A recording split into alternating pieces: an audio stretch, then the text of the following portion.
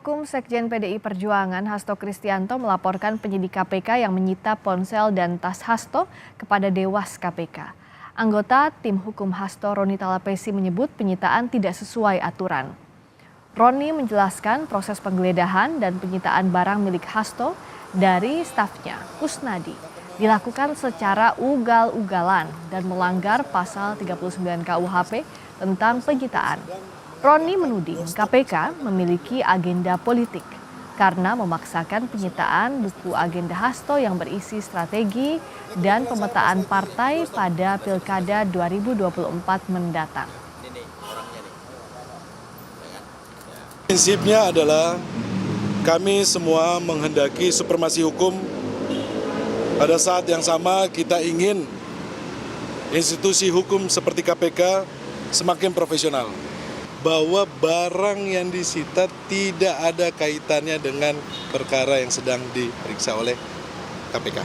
Ya, itu adalah barang-barang pribadi dan barang-barang partai, supremasi partai, kedaulatan partai di dalam buku tersebut, agenda-agenda partai, dan itu kami mensayangkan.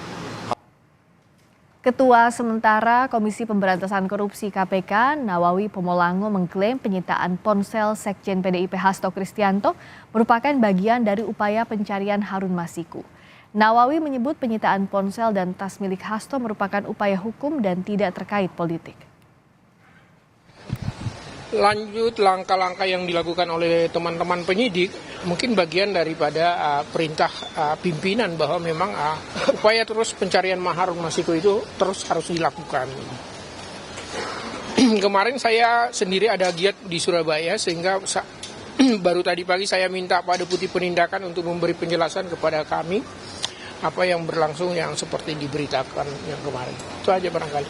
Silakan ada ruang-ruangnya, ada Dewas, ada forum pra-peradilan untuk kegiatan. Pak, kemarin ada Sekjen PDIP Hasto Kristianto memprotes penyitaan ponsel oleh penyidik KPK usai diperiksa terkait Harun Masiku. Hasto menyebut penyitaan ponsel miliknya tidak sesuai prosedur. Usai diperiksa sebagai saksi dalam kasus buronnya caleg PDIP Harun Masiku di KPK, Hasto mengungkap keberatan atas penyitaan ponselnya. KPK memeriksa Hasto sebagai saksi untuk melacak keberadaan Harun Masiku yang buron sejak 29 Januari 2020 dalam kasus suap pergantian antar waktu caleg pemilu 2019. Karena di tengah-tengah itu kemudian staf saya yang namanya Kusnadi itu dipanggil katanya untuk bertemu dengan saya, tetapi kemudian tasnya dan handphonenya atas nama saya itu disita. Saya menyatakan keberatan atas penyitaan handphone tersebut. Ya karena segala sesuatunya harus didasarkan sesuai dengan hukum acara pidana. Karena ini sudah suatu bentuk tindakan yang pro justisia.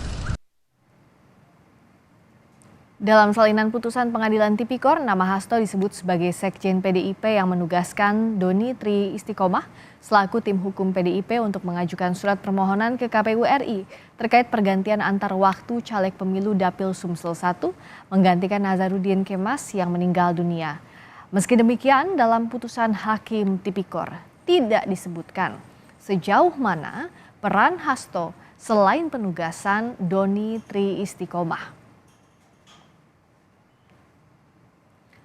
Caleg PDIP pemilu 2019 Harun Masiku menjadi buron KPK karena diduga menyuap komisioner KPU RI saat itu Wahyu Setiawan $57.350 Singapura atau saat itu setara 600 juta rupiah.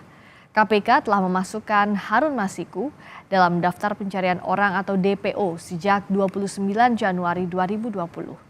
Tidak hanya itu, Harun Masiku juga masuk dalam daftar pencarian Interpol sejak 30 Juli 2021. Harun Masiku sempat terekam kamera pemantau di Terminal 2F Bandara Soekarno-Hatta pada 7 Januari 2020. Harun Masiku saat itu baru pulang dari Singapura, padahal tanggal 8 Januari 2020 KPK menggelar operasi tangkap tangan kepada komisioner KPU saat itu, Wahyu Setiawan, yang diduga menerima suap 600 juta dari kesepakatan 900 juta. Namun, kedatangan Harun Masiku ke Indonesia baru disampaikan Dirjen Imigrasi pada 22 Januari 2020 dengan alasan keterlambatan sistem data perlintasan di Soekarno-Hatta.